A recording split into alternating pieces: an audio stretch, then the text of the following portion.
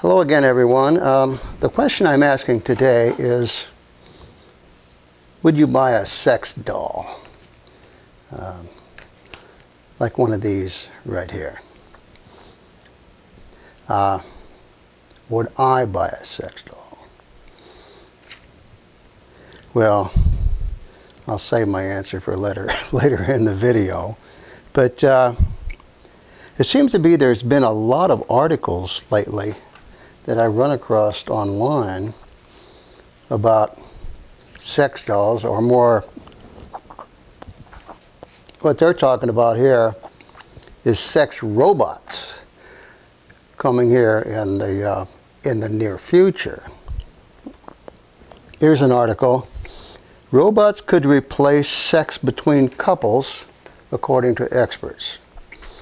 And it's another one from The Guardian, race to build the world's first sex robot. And we got sex, love, and intimacy, or sex, love, and robots. Is this the end of intimacy?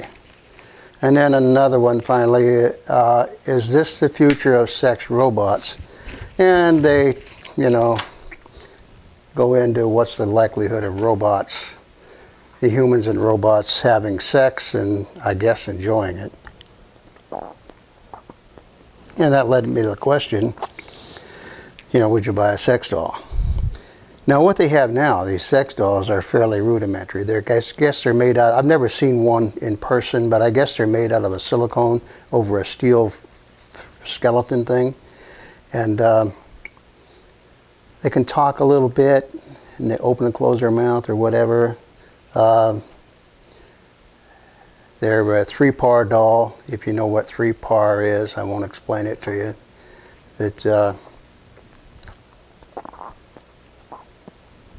But you can par all 3 holes.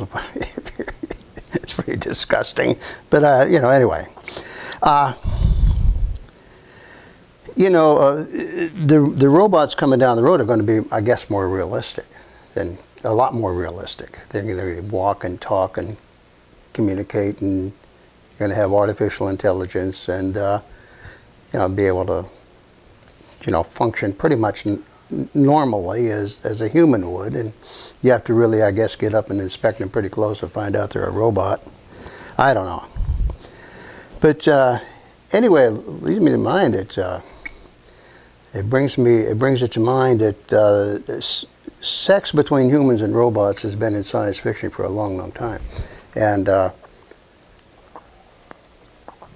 one that comes immediately to mind is a short story by Robert Sheckley in his book, Can You Feel Anything When I Do This? It's right here. And I had this in my library once, and it got away somewhere, I don't know where. But it's a robot that actually seduces a young lady. And he does it successfully, but the results are not quite what he expected, or the robot expected to happen to him. It's pretty interesting. Isaac Asimov, the great writer, he took another shot at it in his book, Robots of Dawn, and that's here. And in Robots of Dawn, a woman had taken a robot as her virtual husband. I mean, she didn't marry it, but she kept the robot as her husband. And eventually it died. It had positronic brain lock and was murdered. And the protagonist of the story, Daniel, what's his name? He had to solve the murder along with his robot sidekick. That's pretty interesting. The one that really I liked the most was about sex between humans and robots. Was a story I read when I was a kid. It was either Amazing Stories or Galaxy or one of these magazines. I just devoured these things. I couldn't get enough of them. And as the story goes, there was this guy that was married to this beautiful movie star. She's just gorgeous, and he was a schlub. I think the writer may have been thinking of Marilyn Monroe and Joe DiMaggio. But anyway, this guy's married to this beautiful movie star. and which the story takes place for in the future. And she gets it into her head to license her likeness, her image, her personality out to a company that makes sex robots. So she licensed her image out, and before you know it, the streets were flooded. All the red light districts in all the towns and cities were flooded with streetwalkers that looked just exactly like her. And her husband flipped out. He just snapped. He didn't like the idea of all these men sleeping with his wife, even though it was a replica, for a small fee. That bothered him. So he went around the middle of the night. He crept out up and down the alleys and was stabbing these robots with a large knife. He just turned into Jack the Ripper, just stabbing all these robots that looked like his wife. And I must have read the story when I was 12 or 13. And even at that age, I could figure out how the story would end, which I'm not going to spoil it for you. You figure it out and leave a comment below if you like. But it was pretty interesting. But, you know, I was just wondering, would that happen today? I mean, if we had these robots, these sex robots, would somebody famous, a celebrity, license herself out? You know, and they'd make the robots that look just like her. And immediately I'm thinking of the Kardashian clan, these group of people. I mean, which ones would license themselves? And of course, you know, Kim Kardashian, she made, what was it, $10 million with a sex tape. The sex tape made her famous, you know, hooking up with Ray J. I mean, you can even see the thing now on the internet for free. But so I doubt if Kim Kardashian would have any compulsion. You know, you think of the money, either her or maybe you know, Khloe Kardashian. She might. You know, I don't know. They both got that vacant stare that, you know, these sex dolls have now. They just, you know, there's nothing up there. You just wonder, are they thinking of anything? I mean, they're probably smart women, but when they walk around with this vacant stare, I don't know. Anyway, that's neither here nor there. But you know, would one of the Kardashians license themselves out? I mean, you think of the money. And they're talking about selling these sex dolls now for what, $15,000. That's the ones now, where, like I say, they don't walk. You got to pick them up and carry them, and they don't clean themselves. So all you get is something that sits in a chair, or lays on the couch or the bed or whatever. But in the future, if they, you know, like I say, if they make these robots and you get a Kim Kardashian model, you know, what would it go for? What would it sell for? And you know, at a very, very conservative idea, let's say that Kim Kardashian got $10,000 for every sex robot she sold that looked like her, that was sold that looked like her, and they sold 100,000 of them. And now 10,000 times 100,000, I think that's $1 billion, right? That's a lot of money. And I mean, sheesh, you know. But she could probably sell some, but you know, there's some celebrities that probably couldn't move sex robots. Maybe Miley Cyrus. I doubt it. Lady Gaga? No. You know, she might sell a few to her little monster crew, but I doubt that. Probably the a celebrity that would sell a lot of sex robots that look just like her would be the first daughter, Ivanka Trump. Right? She'd sell 1 million easy. She could probably sell so many in China alone, she could become a trillionaire. You know, it's just the mind boggles. But that just gives you an idea what would happen. So, you know, that returns to the question, would I buy a sex robot? Would I buy one? And, you know, I honestly don't know. I don't think I would, because only for the fact that I'm old. you know, getting up there. And I've had 50 years, over 50 years of experience with women. So once you get the real thing, it's hard to go to an artificial thing. And even if it is a robot and it's, you know, alike in every way, still not the same. And I just couldn't make the leap. Now you take a young guy that's like 17, 16, 17, or maybe even with one girl, if that, he could make the leap. And once you know, get with a robot, maybe you wouldn't want a human. I don't know. But if I did, it would have to be for more than sex. Maybe for companionship and for other things. And if I did buy a robot, a sex robot, I would want one of two celebrities. Maybe some of you people don't know who these are, but my first choice would be Paulette Goddard here. I just love her. I love her to death. She's just great in her movies. She's a 1930s actress. And for one of her really great movies, see her in Standing Room Only. I think it was 1941 with Fred MacMurray. And she's just a sweetheart in that movie. I've watched it a lot of times. And so she would be my first choice. And my second choice would be Jean Arthur here in Publicity Still with a very nice little wardrobe malfunction. I'm surprised to see that, but it was there. But the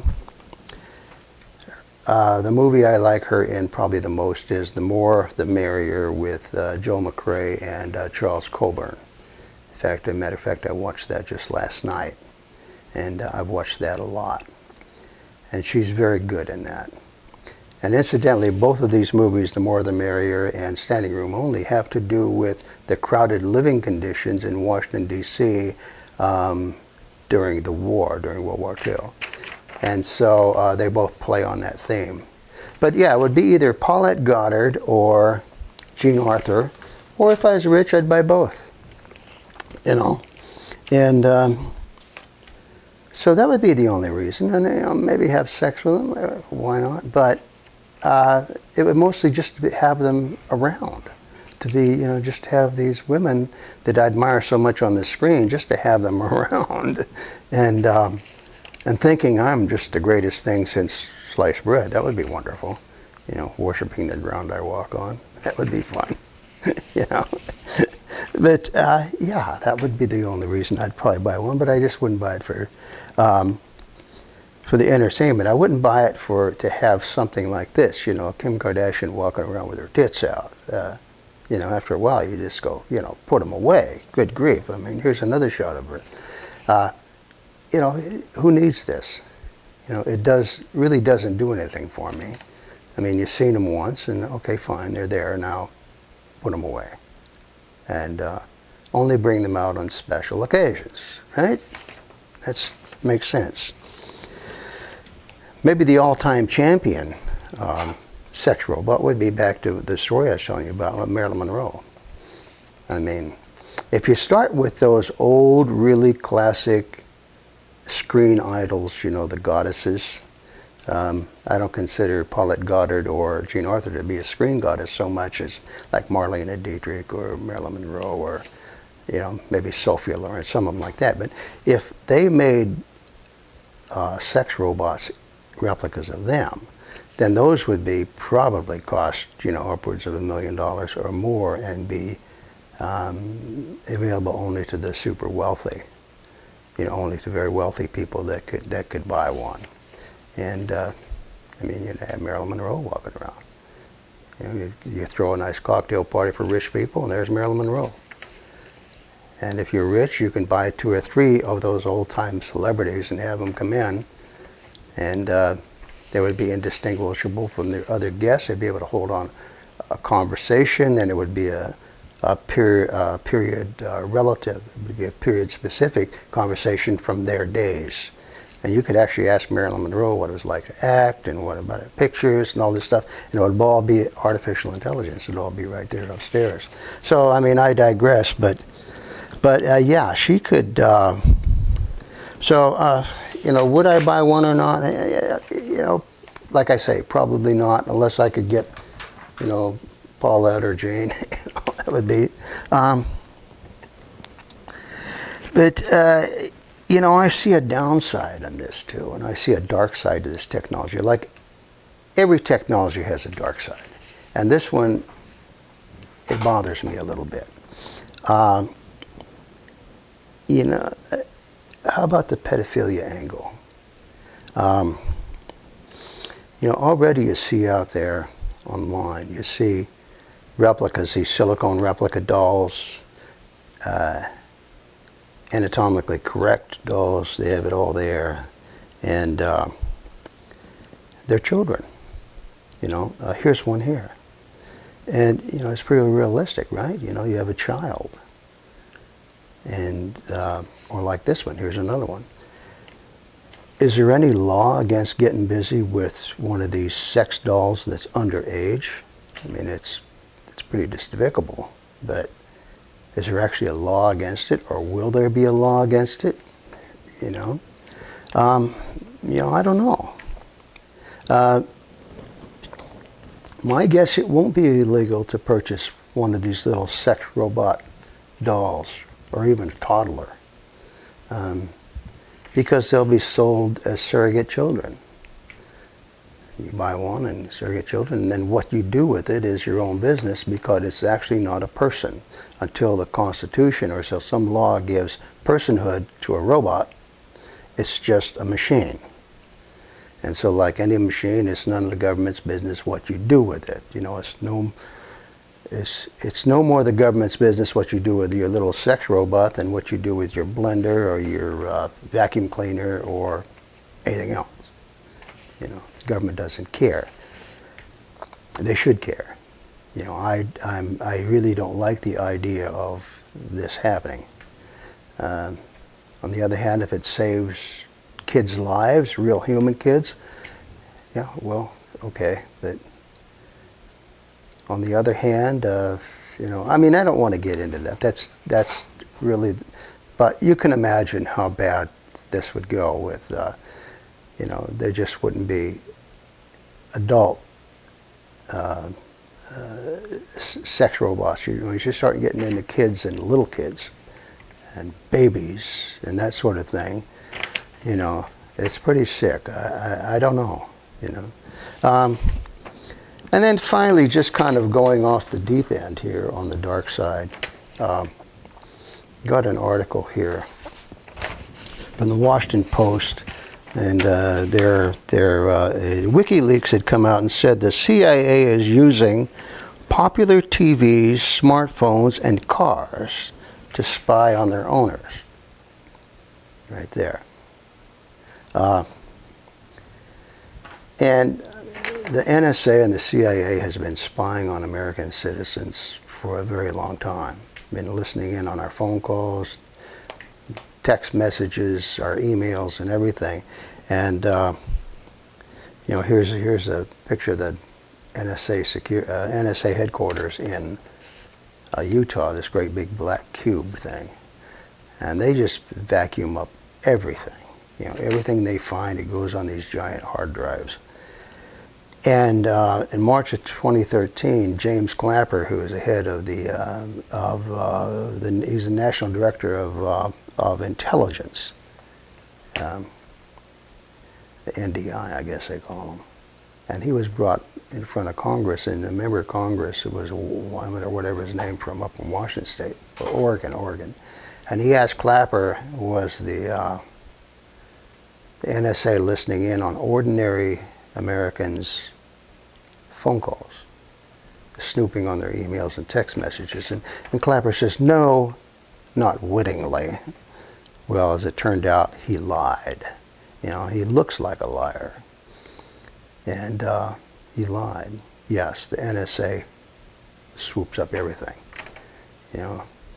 Any call you make is probably on an NSA hard drive. They just got all the capacity in the world for storing everything. So, it sounds like a science fiction story, and maybe I'll write the short story. But it could be. I mean, if the NSA is snooping on us with our televisions and cell phones and automobiles, they'd certainly use a sex robot to spy on us. Every one of them. Every one would be a spy. You know, in your home, reporting everything that goes on, everything that they see and hear, goes back to, you know, the NSA. And face it, we live in a surveillance society. You know, the society we live in now is far, far, far beyond anything Joseph Stalin ever thought of dreaming. You know, because generally in the old Soviet Union, once you were inside your house, the government rarely followed you inside your home. But here, the United States government follows everyone inside their home. And that shouldn't be. I don't even think North Korean intelligence agents follow ordinary people inside their homes. I think that's pretty much off limits, but not for the U.S. government. So, I mean, one of these robots, I don't know. Like I say, I might write the story. And then maybe not. But it's just something to think about. So I just toss that out there for consideration. But would I buy one? Like I say, no. Probably not. It depends. But other people might, you know, and it might turn into a slippery slope. So anyway, thanks for watching, and I'll see you in the next video.